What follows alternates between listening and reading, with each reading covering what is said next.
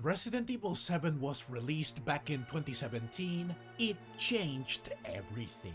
Capcom, known for redefining survival horror, had veered far from the dark, isolated hallways of the Spencer Mansion and Raccoon City's terrifying alleyways. Instead, by Resident Evil 6, the series had leaned heavily into action.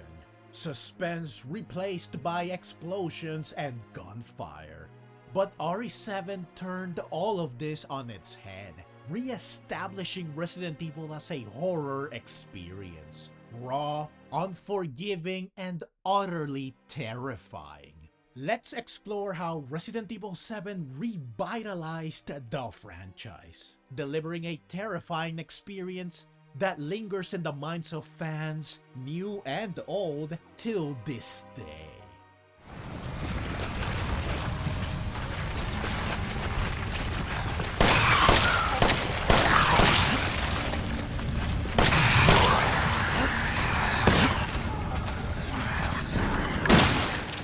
One of the most impactful changes Resident Evil 7 brought to the table was the first-person perspective, a departure from the fixed camera angles of its ancestors and the third-person perspective found in its immediate predecessors.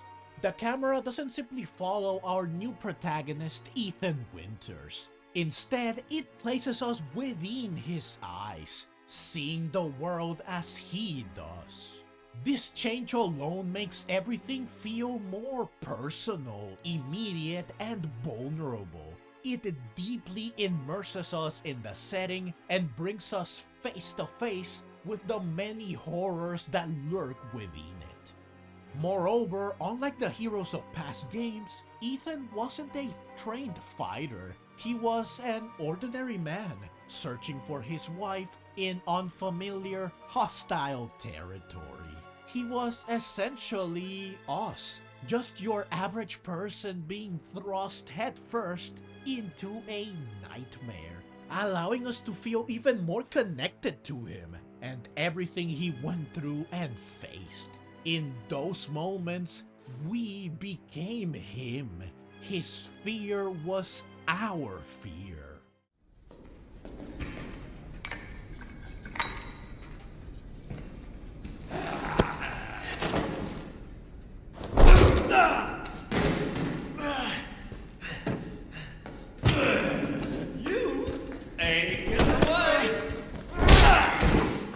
The danger wasn't just the setting though, it was the enemies, more specifically the Bakers, the twisted, unpredictable family that turned RE7 into a madhouse of horrors. Jack Baker's relentless pursuit,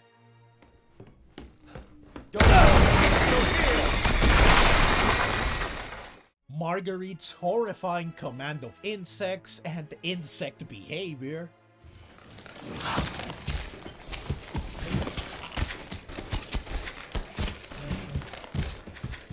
Lucas's twisted mind games, Ethan, hold on, I got something for you. Looky what I've got. You know what this is for?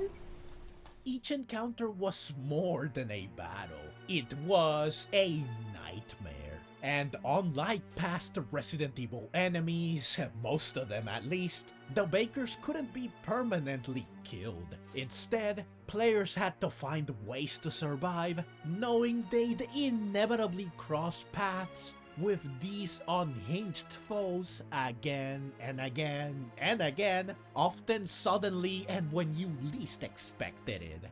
Being haunted constantly ensured that you were always on your toes, even when everything was quiet.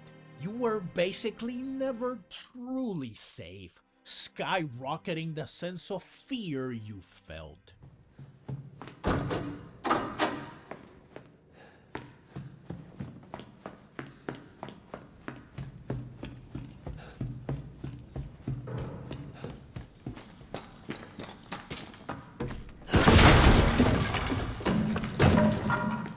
It's no surprise that fans overwhelmingly credit the atmosphere and sound design as the reasons why Resident Evil 7 is the scariest entry in the series. From the creaking floorboards to the distant howl of the wind to the dilapidated state of the Baker residence to the many claustrophobic hallways to the many dark eerie corners, RE7 is a masterclass in creating unease through the environment. Something achieved not just through masterful game design, but also through superb visual and sound design.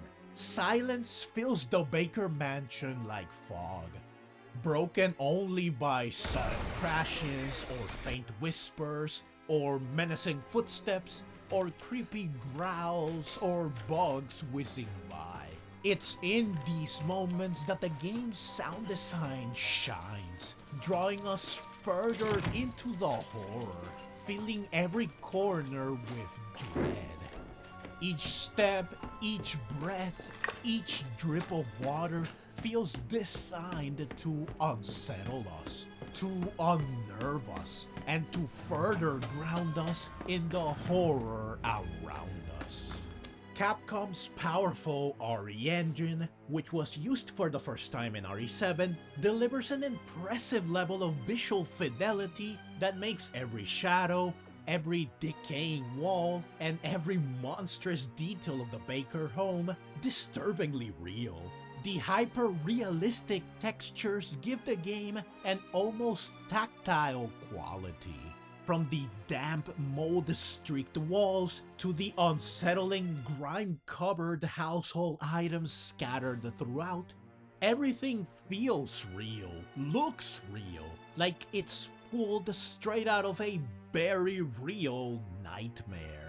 This level of detail becomes especially terrifying when the horror shifts up close. Whether it's witnessing Ethan's hand or leg getting grotesquely mutilated, or the nightmarish, larger-than-life insects swarming around him, or the many instances where the Bakers get right in his face. The visual realism becomes simply intense. The horrors of the Baker family's twisted world are truly brought to life by the RE engine, ensuring that Resident Evil 7 doesn't just look frightening. It immerses players in a visceral, suffocating atmosphere where every horrific sight lingers long after the game ends. Hey, you gotta help me. Hold on, back up. Now, sir, do you live here? I mean, is this your property? What? Me? No. No. All right. Now, we got several calls about some missing persons lately. You don't understand. I gotta get out of here. Now, calm down. You're not listening to me. There are crazy people in this house trying to fucking kill me. But it's not just graphics and sound that make this game supremely terrifying. The setting plays a huge role too.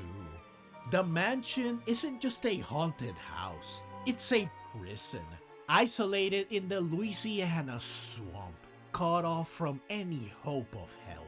Capcom stripped away all notions of safety, of hope. Players were alone, trapped in a decaying home with nowhere to run and no one to turn to.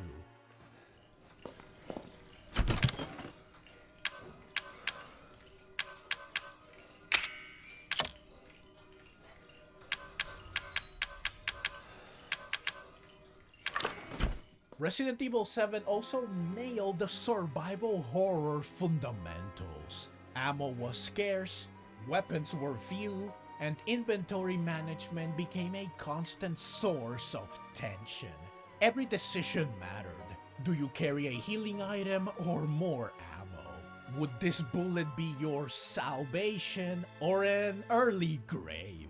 This constant balance of resources added to the feeling of being trapped, forced to rely on wits over firepower, reminding players of the ruthless survival strategy found in the original Resident Evil games.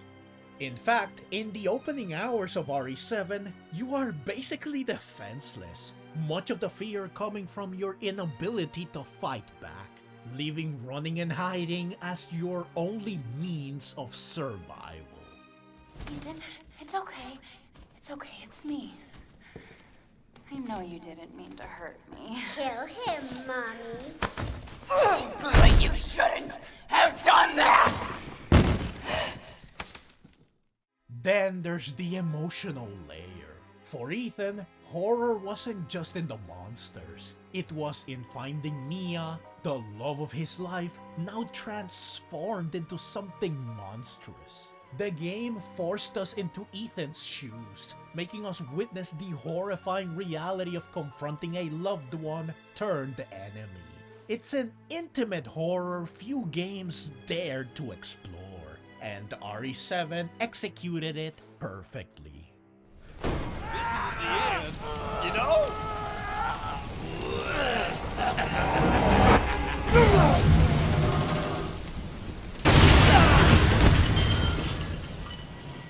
For those brave enough to try, Resident Evil 7's BR mode raised the horror to another level. BR plunged players deeper, making the threats feel not just close but inescapable. The fear was no longer on a screen, it was inches away. The Baker Mansion became a place you inhabited, every scare more visceral and immersive.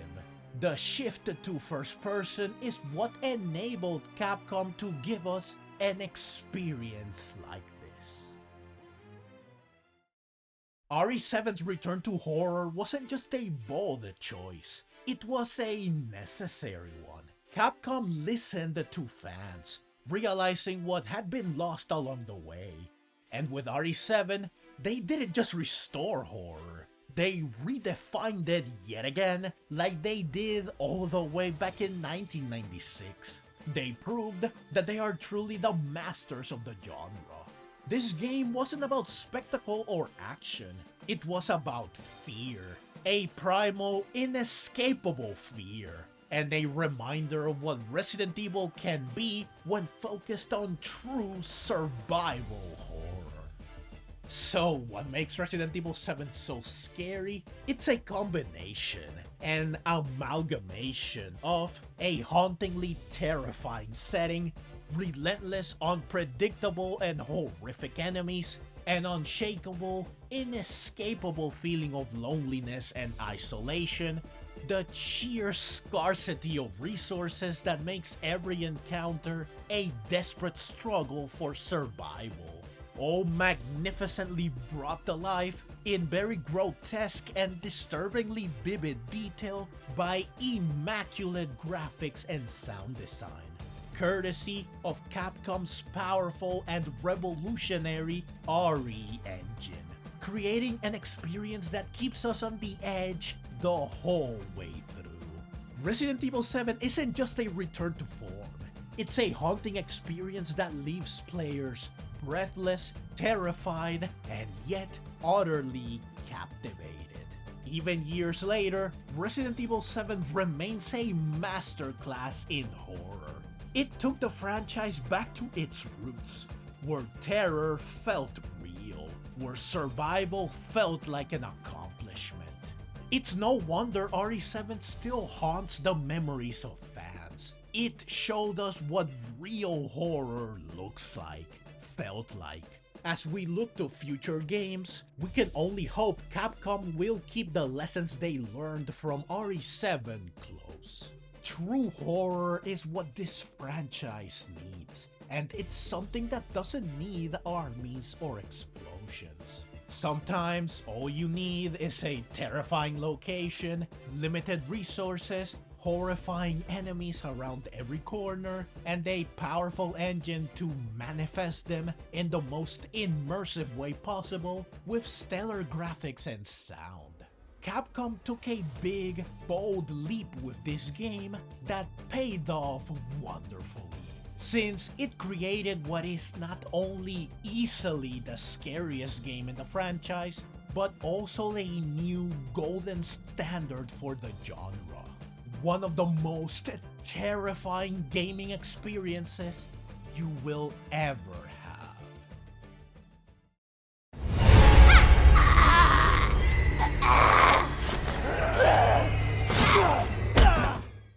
As you might have guessed, this video was made in honor of Halloween, and I was inspired to make it by the polls I posted for the same reason.